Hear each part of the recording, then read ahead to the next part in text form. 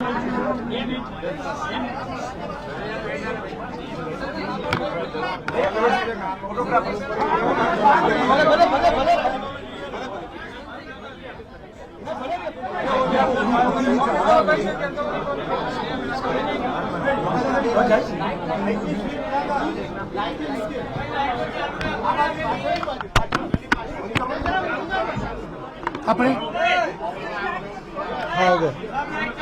माननीय नितिन जी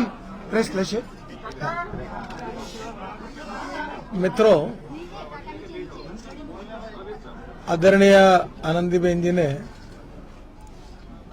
ये इच्छा जताई थी पार्लियामेंट्री बोर्ड को एक लिखित पत्र के द्वारा कि वो इस पद को जो आज तक उन्होंने कार्य किया है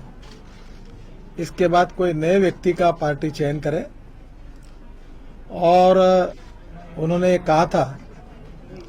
कि आज तक जो कार्य मैंने किया है वो मैंने करने की कोशिश भी की है, और इसके बाद पार्टी आगे नए नेतृत्व के बारे में विचार करे। पार्लियामेंट्री बोर्ड में इस पर चर्चा हुई प्रधानमंत्री और अध्यक्ष जी की उपस्थिति में,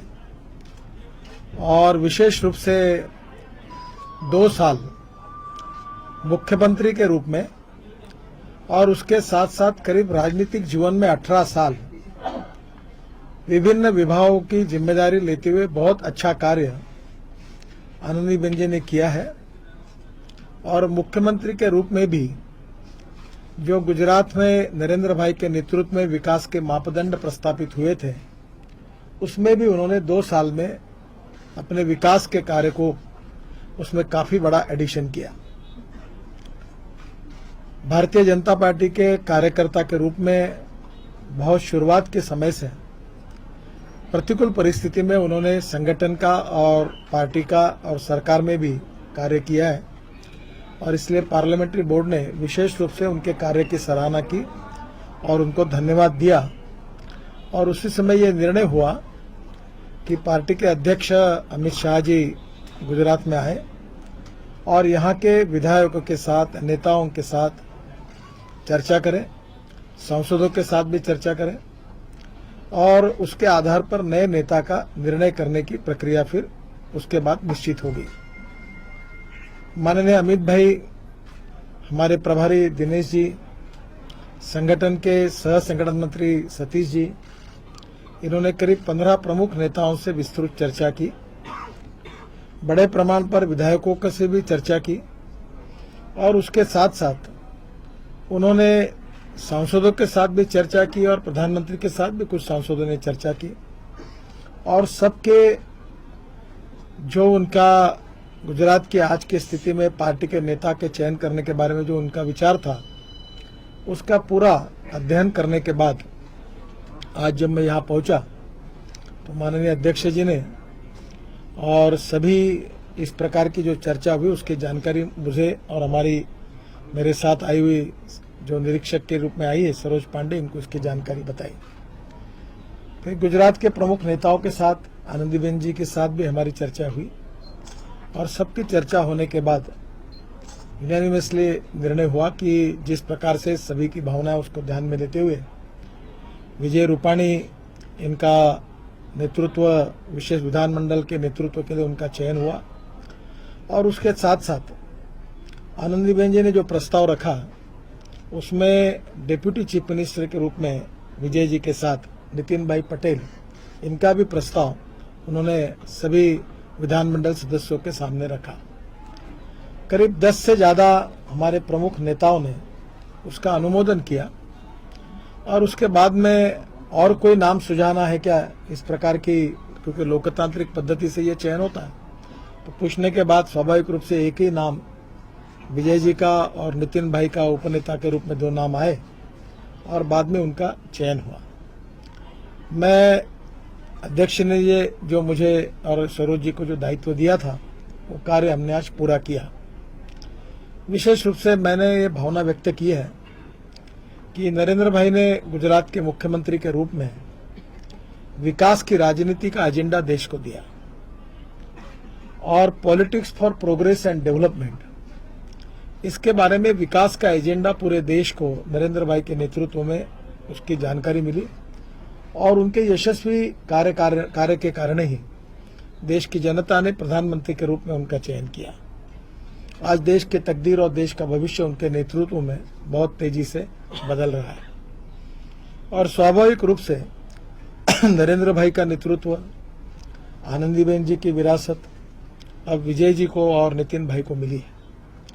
और आने वाले समय में आगे चुनाव भी होने वाला है। मुझे जो अध्यक्ष जी ने कहा है कि जल्दी ही वो नए अध्यक्ष के बारे में भी जानकारी आपको देने वाले हैं और इसलिए संगठन और सरकार दोनों के बीच में एक समन्वय साध कर और गुजरात में जो विकास की परंपरा नरेंद्र भाई ने निर्माण की, विशेष रूप से आनंदीबेन के नेतृत्व में जिसमें और बढ़ोतरी हुई,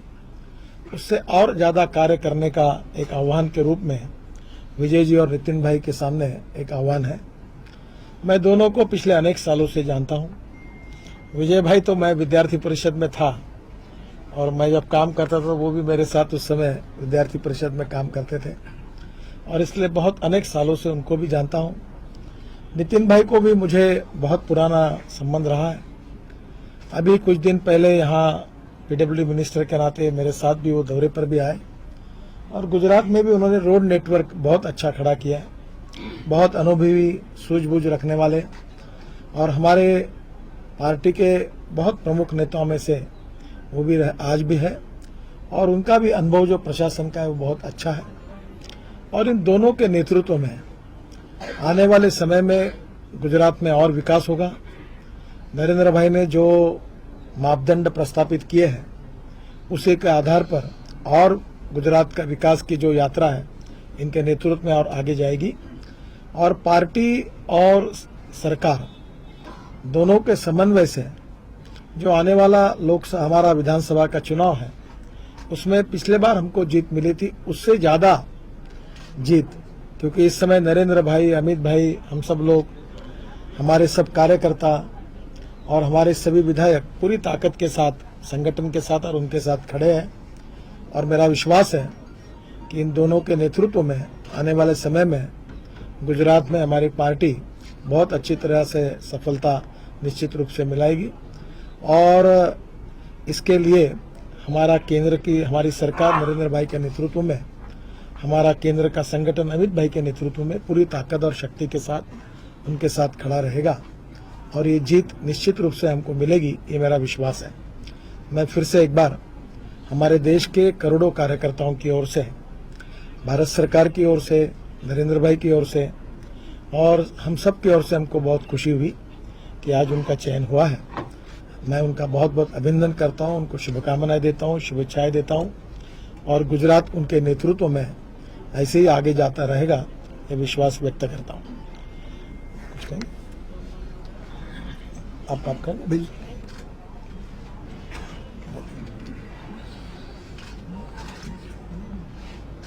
अजय,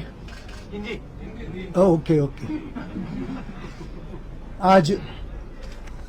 हमारे संसदीय दल की बैठक हुई।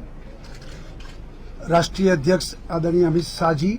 और पूर्व राष्ट्रीय अध्यक्ष आदरणीय नितिन गडकरी जी, हमारे राष्ट्रीय महासचिव आदरणीय सरोज जी और हमारे 2 दिन से मार्गदर्शन दे रहे हैं हमारे प्रभारी दिनेश शर्मा जी और वी सतीश जी, राष्ट्रीय उपाध्यक्ष रूपाला जी और माननीय मुख्यमंत्री श्रीमती आनंदीबेन पटेल, सब ने मिलकर एक आने वाले दिन के लिए जो पार्टी ने जिम्मेवारी मुझ पर और नितिन भाई पर, दोनों पर साथ में दिया है। हम लोग राष्ट्रीय नेतृत्व, आदरणीय राष्ट्रीय अध्यक्ष जी, आदरणीय बड़ा प्रधान हमारे प्राइम मिनिस्टर श्री नरेंद्र भाई मोदी जी, पार्लियामेंट्री बोर्ड, उन सबका हम अंतःकरण पूर्वक से हम कृतज्ञ है, आभारी भी है कि इतनी बड़ी जिम्मेदारी के लिए हम दोनों को जिम्मेवारी दी है। और नितिन जी ने जिस तरीके से बताया कि नरेंद्र भाई मोदी जी और श्रीमती आनंदीबेन पटेल ने जो विकास की, डेवलपमेंट की राजनीति आगे बढ़ाई है और नरेंद्र भाई ने जो सूत्र दिया था कि सबका साथ सबका विकास, ये विरासत को आगे बढ़ाकर आने वाले 17 के चुनाव हम सब साथ मिलकर और गुजरात को पूरा देश का रोल मॉडल बनाने के लिए हम लोग प्रयत्न करेंगे। और आज माननीय आनंदीबेन जी ने ये प्रस्ताव रखा और बाकी लोगों ने समर्थन दिया, उनका भी हम आभार व्यक्त करते हैं। नितिन जी, आज ये इस तरह की बातें लगभग तय मानी जा रही थी कि अगले मुख्यमंत्री नितिन पटेल होंगे। उनकी तरफ से पूरे शब्दों में नहीं, लेकिन आपको कहें कि 99% शब्दों में ये माना गया था कि आगे उनकी प्रायोरिटी क्या होगी। साफ तौर पर नितिन पटेल बहुत सीनियर पॉलिटिशियन है, तो उन्होंने ऐसे ही बातें नहीं की होगी। क्या हुआ आखिर कि नितिन पटेल का नाम बदला गया? देखिए, जो नाम तय हुआ वही चर्चा मेरे साथ हुई और अमित भाई, सतीश जी और दिनेश जी ने विशेष रूप से एमएलए, हमारे 15 प्रमुख नेता, हमारे सांसद, इनके साथ करीब क्या क्या चर्चा हुई उसकी जानकारी मुझे थी।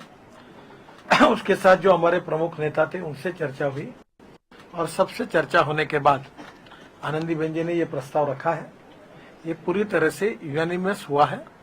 और ये बात तो होती है कि कोई भी व्यक्ति के चयन करने के पहले आप मीडिया में, आप सब लोगों का अधिकार है कि उसकी चर्चा आप करते हैं,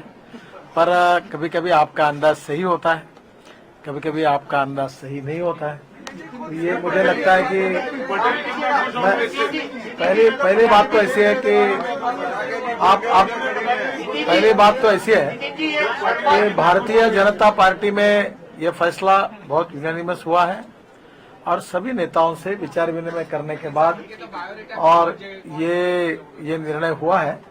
और मुझे लगता है कि आप भी ये समझिए कि जो जानकारी मैं आपको दे रहा हूँ वो पूरी तरह से पार्टी का यूनानिमस फैसला है और उसका निर्णय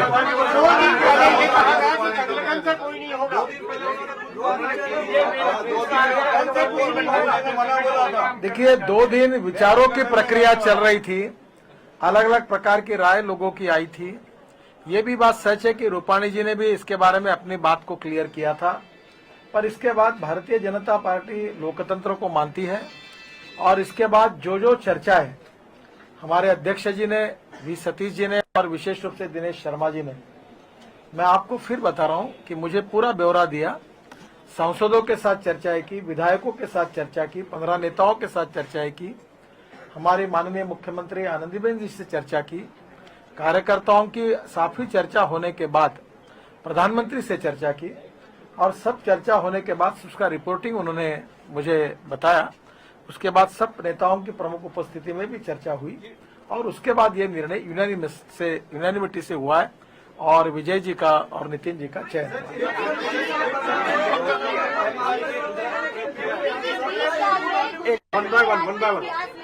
डेप्यूटी सीएम की नियुक्ति नहीं हुई है। आप कह रहे हैं यहाँ पे विकास हुआ है, तो ये फिर डेप्यूटी सीएम क्यों नियुक्त किया गया है? क्या वजह है? देखिए, भारतीय जनता पार्टी के इतिहास में कोई पहली बार डिप्टी सीएम बना ऐसा नहीं है।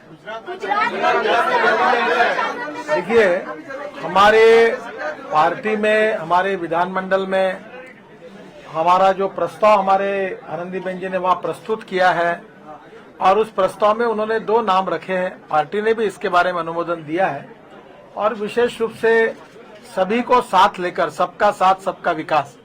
यही बात भारतीय जनता पार्टी की परंपरा रही है। और मुझे ऐसा लगता है कि निश्चित रूप से सबका विचार करने के बाद हम सामूहिक नेतृत्व करते हैं पार्टी में और निश्चित रूप से दोनों के नेतृत्व में हम सबको साथ लेकर और विशेष रूप से सब समाज को साथ लेकर हम गुजरात में भारतीय जनता पार्टी प्रगति और विकास करेंगे।